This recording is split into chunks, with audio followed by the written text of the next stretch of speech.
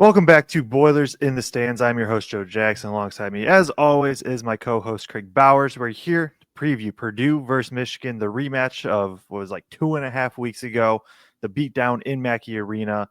February 11th on a Tuesday. It is a 7 p.m. Eastern Time tip on Peacock. Both teams, 2 losses currently in Big Ten play.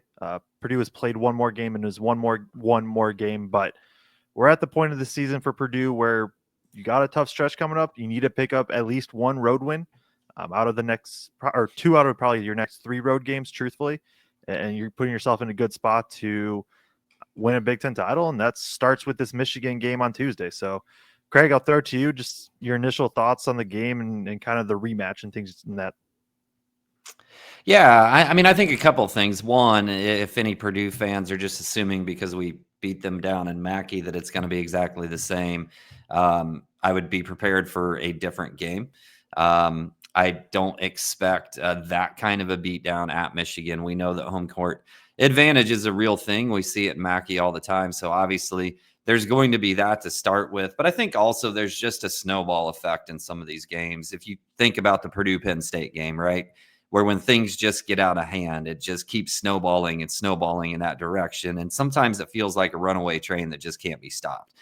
Now, I don't think in college basketball we see the same things like we see in the NBA, where a team wins by 30 or 40, and then 3 days later, the other team wins by 30 or 40. Like, we're not used to seeing that in college basketball as much. So I do still think Purdue has the advantage, but I do think it's going to be a closer game in general. Yeah, there are like some little things I take away from the other game, the first game, especially with how they guarded the Wolf Golden pick and roll. But truthfully, I don't take it much away just because it was just such an outlier performance. Not that Purdue necessarily can't do it again, but just like it's one of those games where it's just like, oh yeah, this game was over 45 seconds into it, and it's just weird from there. But I expect this to be a pretty close game. Should be. I think it should be a fun one. Like I think this will be the matchup we were probably anticipating more a couple weeks ago in Mackey. Yeah. And so for those of you guys who've watched all of these preview shows, generally we kind of go through and do a player profile of the other team. And this is the first rematch that we've had of the year that Joe and I are doing a preview show. So bear with us a little bit as we kind of find our groove on how we're going to work through the flow and format of these rematch type situations. But we're not going to go back through every player, right? We know the impact that Danny Wolf can bring to a game. We know the impact that Vlad Golden can bring to a game, Trey Donaldson, Amari Burnett, those types of guys. But Joe, is there anything that jumps out to you from their roster in terms of anybody who's made significant improvements? I know when we look at Purdue, we say like we see these little things. There was a huge change with Purdue coming into the first of the year, right? Has there been anything dramatic like that for Michigan in any way, shape, or form, or any just rotation differences or anything like that that might jump out to you? Last game, Reuben Jones started over Roddy Gale, and Dusty May referenced basically he wants Roddy Gale to be as aggressive as possible, and I thought him coming off the bench could be a good way to allow him to do that.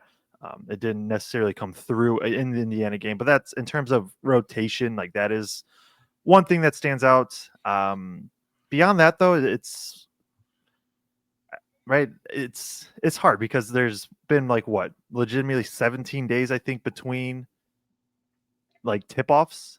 So between that game and this tip-off is like 15 days or something like that, 16 days.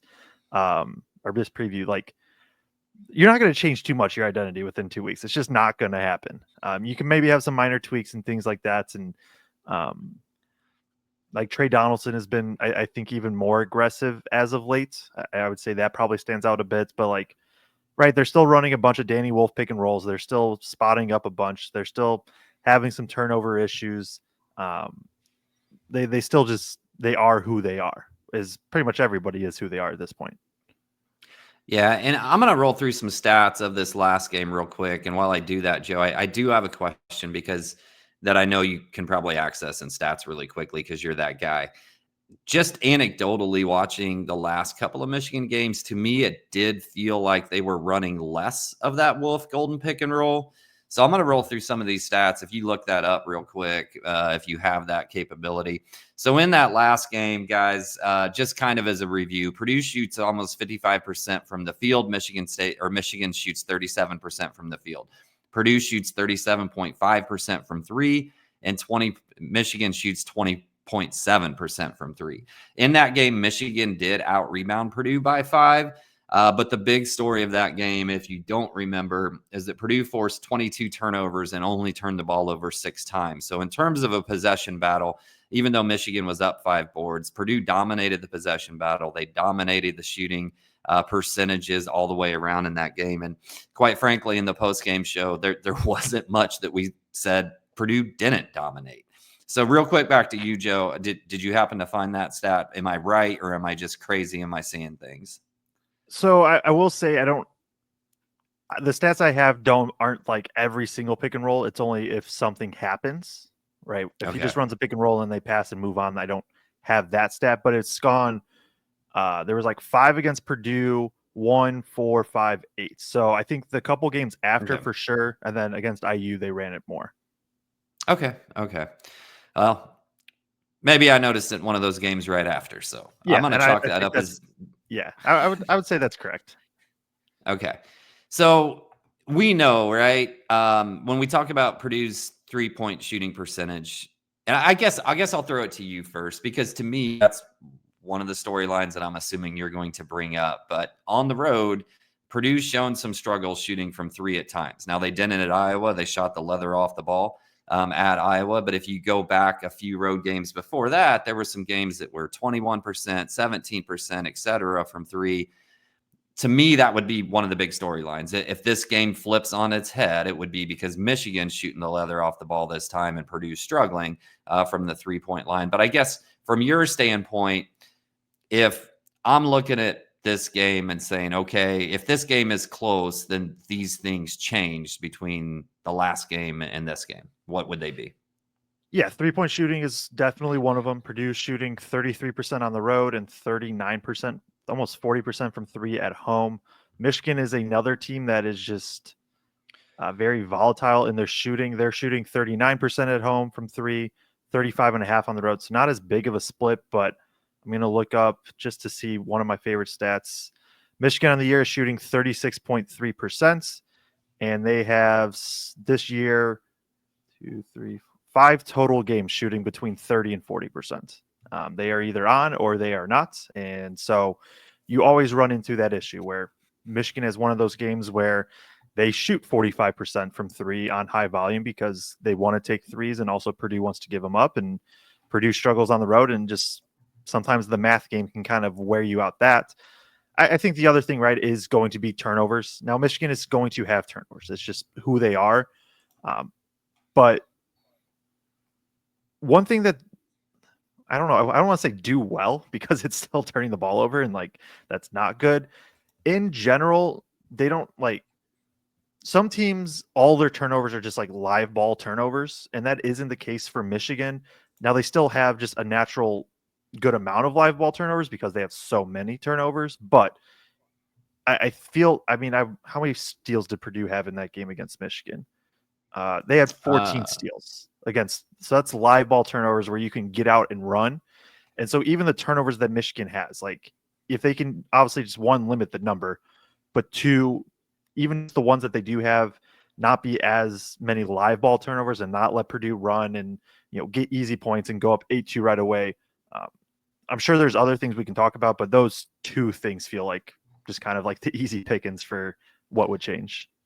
Yeah, and I know offline you had mentioned to me that the way Purdue defended that pick and roll concerns you a little bit going into the next game, because depending on how the officials called the game, something might change there. You want to go into depth a little bit about that? Yeah, so when Golden and Wolf ran pick and roll, or Wolf and Golden, Wolf was with the ball, right?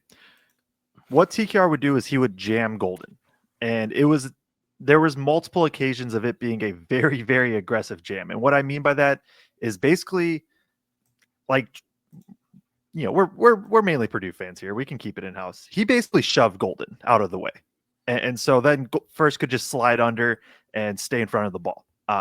There was a few times that it was like, oh, that's a 50-50 on, like, that's just whether a ref calls it that day or not is quite literally probably just depends on who it is. They were letting it go. They were letting them be physical, which is great. If you get a ref that's like not wanting, wanting to control the game a bit, like those could easily be fouls where TKR is, if Golden's setting the screen specifically when Wolf has the ball, like look for TKR trying to just basically jam Golden up. He's trying to push Golden up so that way first can go under and stay in front of the ball. But there was a few times I was like, I am shocked that was not a foul. Right. And if you look at, I'm assuming that Danny Wolf's got some pride and was not happy with his performance in that game with 4 turnovers. I actually thought we turned him over a lot more until I went back and looked and realized that Golden and Donaldson also had quite a few turnovers in that game. Trey has 6 in that game. I think CJ picked his pocket at least twice in that game, if I remember. But Wolf turns around after that game and goes 2-2-1 in terms of his turnovers per game. One of those games was against Penn State. Now, Penn State doesn't have a Caleb First necessarily to defend Wolf like Purdue did at times, and maybe don't jump and double quite to the same degree that Purdue maybe. Yes? No? Yeah. At this point in the season, yes, which is wild to say. Yeah. So, it's I guess what I'm saying is maybe the teams they faced after that didn't have quite the same dynamic, but nonetheless, Wolf has cut his turnovers down from that game going forward. I really curious just about those matchups and how you have to think Michigan walked away from that game feeling embarrassed. In May for his first trip to Purdue. And I'm sure those guys are going to come back with a lot of pride and try to cut down on those turnovers. Like you said, though, that's also just kind of who this Michigan team is. Their turnovers per game has actually gone up a little bit, if I remember right from the last time I checked when they played Purdue. Not that much. I think it was like 0.2 maybe. But nonetheless, it is who they are. So I think it's going to be an interesting battle. And for me, it's one that, if you beat this team by 27 at home and you're trying to win the Big Ten, to me, this is one on the road you got to get, because eventually you're going to play Wisconsin at home. You're going to play Illinois away. You're going to play Michigan State away. It feels like a game Purdue should be able to get. No, I'm out of, right, like if we were to rank the games most confident in, it's probably Rutgers at IU, and then it's probably a toss-up between home against UCLA and at Michigan, maybe at Illinois. Like, there's no real easy game the rest of the way. Even at IU, right? We've already seen it at Mackey. Rivalry games can just be weird. And so I'm with you with, if you really, really, if you don't want to be crazy, crazy stressed down the stretch, which fans probably will be because it's just going to be a tight race, but picking up a win at Michigan would go a long way, I think. One, because right now Michigan then sits at 3 losses. You own any individual tiebreaker over them.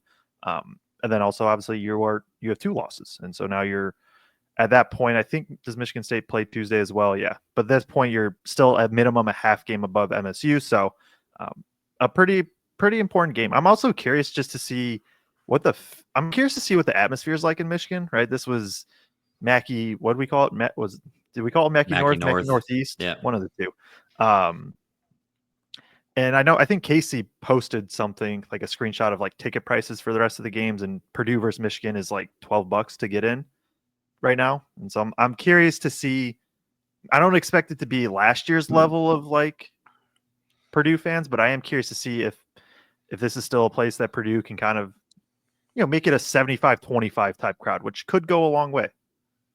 No, I'm with you, and I have a feeling it's going to be that way, just especially based on where ticket prices are right now. But obviously, there's a little bit more steam behind this team right now from Michigan's fan base than last year. But yeah, I would not be shocked at all if it's a 75-25 split at least, which, like you said, carries a lot of weight.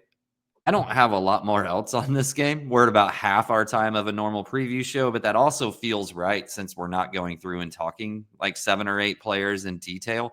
You have anything else you really want to add?